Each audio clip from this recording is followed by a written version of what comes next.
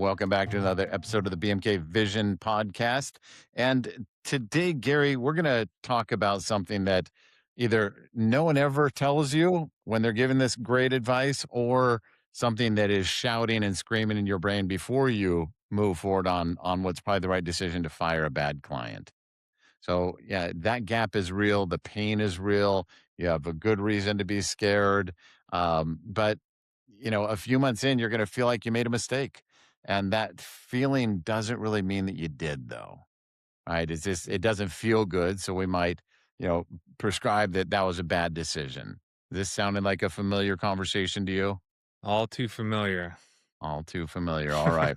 Well, we're going to jump right in. I'm going to read the statement, the question that somebody posed to us in a group setting a few weeks ago. So, uh, I fired a client last year, doing about 15 grand a month. So that's big and real, because everyone told me bad revenue is bad revenue.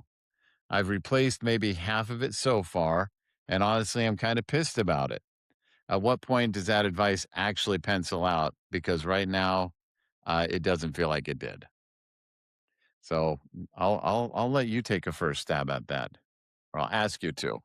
Yeah. Yeah, no, yeah, I think the problem that most clients that I've seen, including myself and Bering McKinley has experienced, is we generally are looking at the revenue as the culprit here, right? We're saying, "Hey, we have revenue, we're getting it from a bad client, and if I lose that client, I lose the revenue." But the reality is the revenue is not really the thing you're losing, it's the gross profit that you're losing. And if you haven't identified what that gross profit is, then you really don't have the basis of your decision to be made in the right or wrong way. And so that's where I feel like people get off base on, I got to replace that revenue. But really what we should be doing is saying, hey, I need to replace the right gross profit. Okay, and that's fair. And I think anyone listening to that will say, "Oh yeah, that makes sense. Good reminder for myself." Um, but what about this other argument that comes up that says, "Yeah, but it's 15,000 a month, and some amount of that makes it to the bottom line. So better to have a small percentage of that revenue than just have to say goodbye to it all." Right, in our service based industry, what do we do with that? Yeah. eh, I wanna play along. Right, But right. the truth the truth still lies in the fact that, well, first ask your question, why is it a bad client? Generally, we can go through a lot of pain with our customers. We can let them scream and yell and call us all at all ends of the night.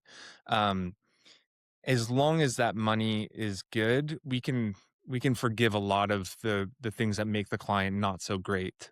It's very rare that you'll see an MSP or any business for that matter just fire someone because they don't like them. Um, they want to fire them, but if you can couple that with, yeah, we're actually not profitable with this client, then it's an obvious thing. And now it still may not feel good, but it becomes much more obvious. You kind of need both of those levers being pulled at the same time. Yeah, no doubt. You've got the what makes it a bad client. A, we just don't really enjoy their company. B, it's not profitable, or not profitable levels that we should be enjoying. And then the third, in this in the room, there was another scenario where the MSP was kind of like marginally profitable, but there was some real big liability at play. There was a scenario where they didn't want to make a transition from the right, storage to, from the storage that they were currently on. And the project fee, the migration, all that stuff. And the MSP was kind of stuck like, yeah, our noses are open. Like, when this goes bad, we're going to have to make the migration under dire circumstances.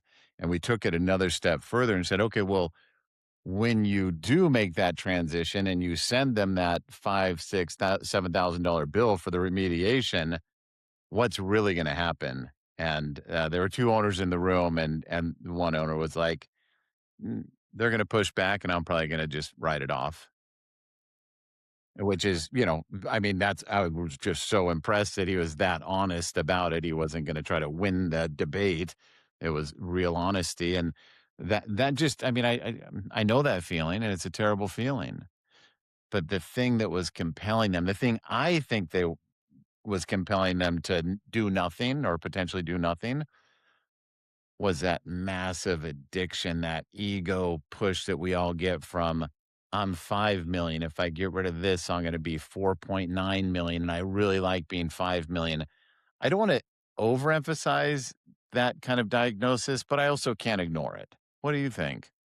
No, it's totally normal. I have another client that I work with. They're not in the MSP space, but you know, he's been struggling for the past year and a half, 2 years, after growing from 0 to like 24 million in like 3 years. He, Jeez. he had this catastrophic rise, making some good profit, and then overnight the kind of the market caught up to the business, and he dipped to like I think it was like 17 million, and he was losing money. Like, literally, like, at the end of the year, he had to write a check for, like, $800,000, and I sat down with him for a while, and we looked at it from many different directions, and I told him really what the answer was that he didn't wanna hear, but what I did was I thought about it for a little bit, and I said, "Hey, let's look at it from a different perspective. What if we just started the business today?" And I said, "Hey, man, I got this business idea for you. You're gonna make $17 million a year in revenue. It's gonna be amazing. But the thing is, you're actually gonna have to pay $800,000 to have this business. So at the end of the year, all that money's coming in, everyone's getting paid, and then you're gonna write another check on top of that for 800 grand. Would you start this business today?" And so I think this is what, we as entrepreneurs, we forget about the basics. Like, the company needs to make money, and we don't get the revenue, we get the gross profit. Makes sense to me for sure, and I know this $15,000 month, scenario that this person posed to us. It's man, I feel it, like, I get it, and you really have to bang me over the head with it to get there. But let's kinda play this scenario down a little bit. So, you have 15,000 a month. Um, what does that take you? Does that take you to, $6,000 a month, employees to handle that contract? Once you make that decision, you have to be pretty frank with yourself. What's the rate at which I can replace that revenue? And in an MSP, let's be really honest, it's going to be slow.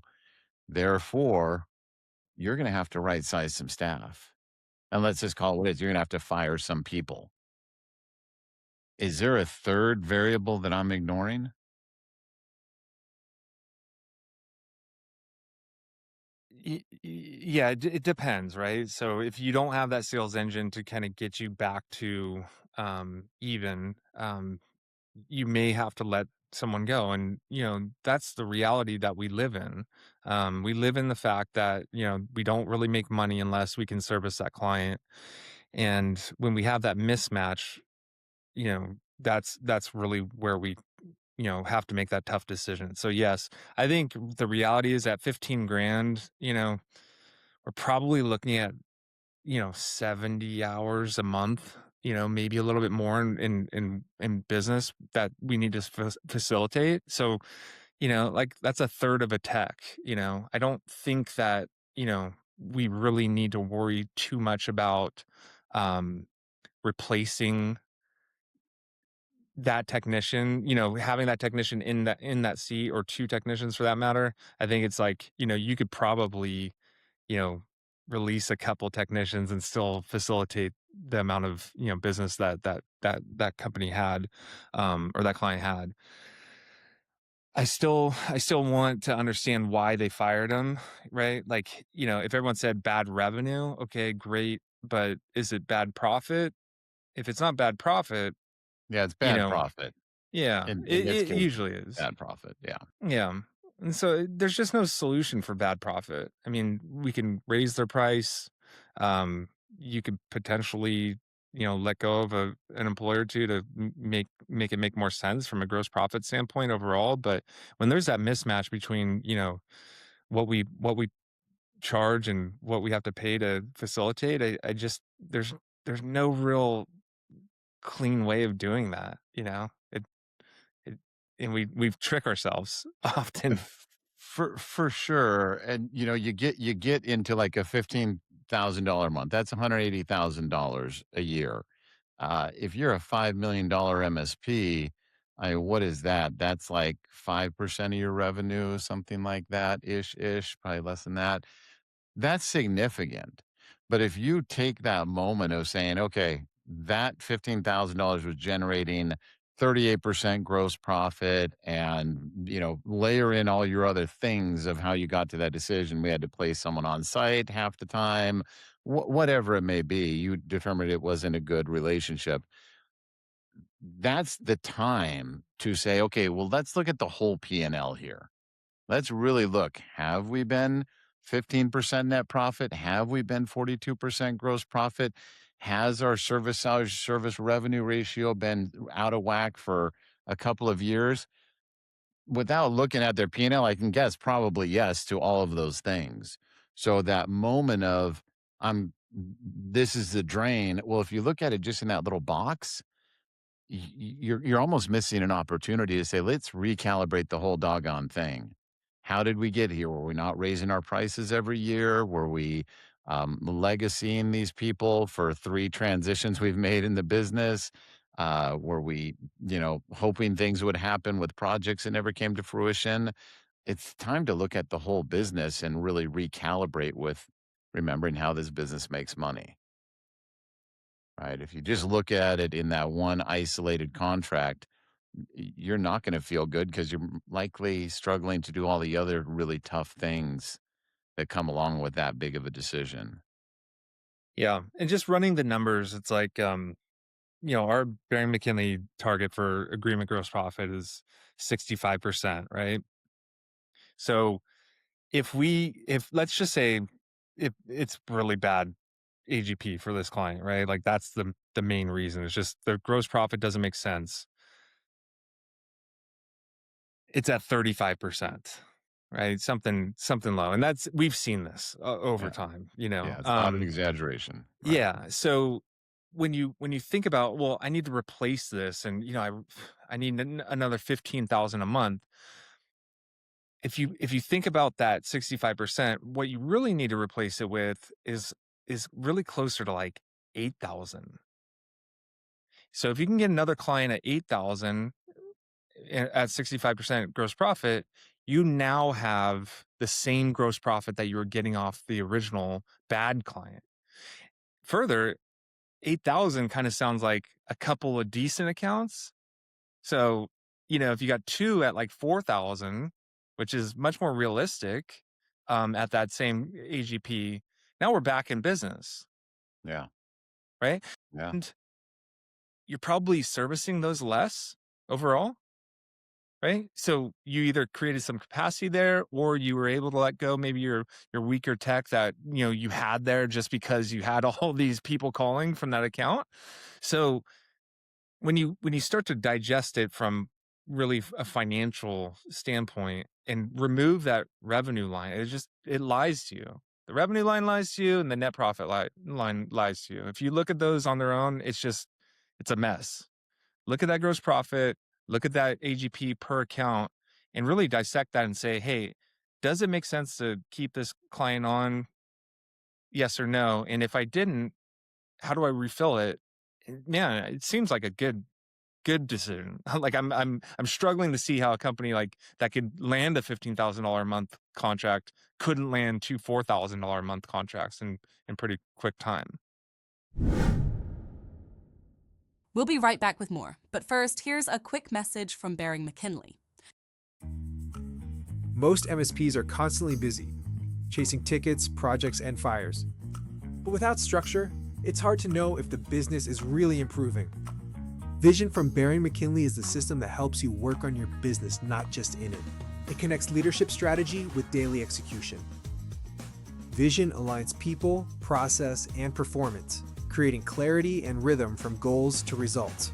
And the Vision app brings that structure to life, helping you create policies, track goals, review KPIs, and collaborate with your BMK consultant all in one place.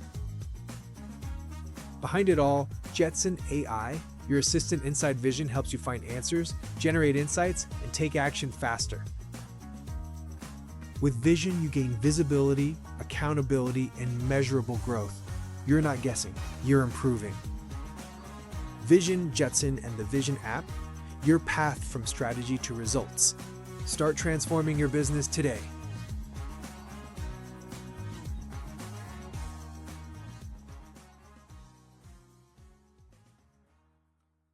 All right, let's get back to the conversation. Yeah, I think that's fair. I think we could delve into ideal client profile pretty quick. I think when we have these conversations around who you're really trying to serve, we are 20 to 100 users, and I just like, okay, but what else? It makes them ideal. Uh, the folks will often go to the floor of like nothing less than 5 users, nothing less than 15 users, which good for you. That's clarity, and you know why that's important to you.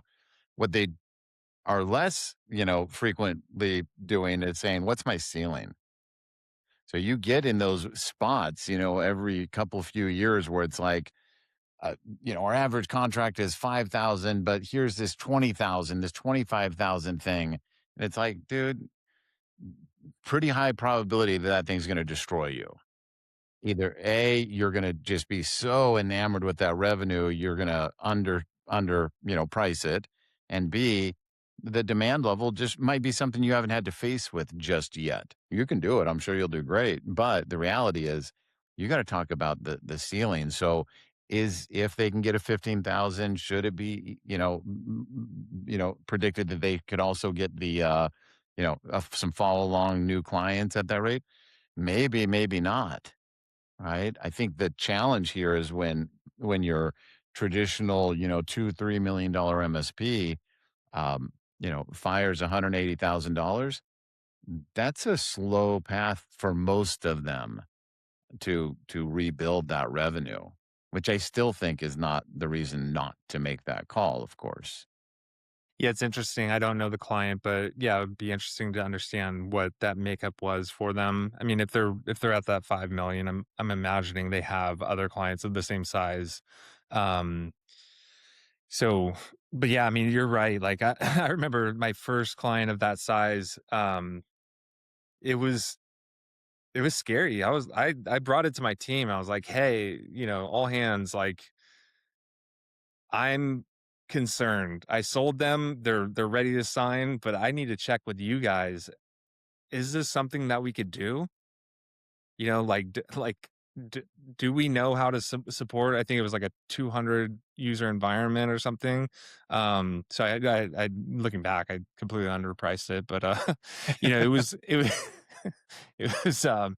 it was good money, and yeah, I think we did a good job. But it was one of those things where it's like, wow, we're really stretching here. And ultimately, um, when I ended up selling the business, that was the one, client that was the exception on the sale. Like the buyer was like, yeah, great, awesome, and I think they were doing like closer to like 300,000 because a bunch of other projects and stuff. So it was a great client, but they earmarked that and said, hey, we'll pay you over time on this one.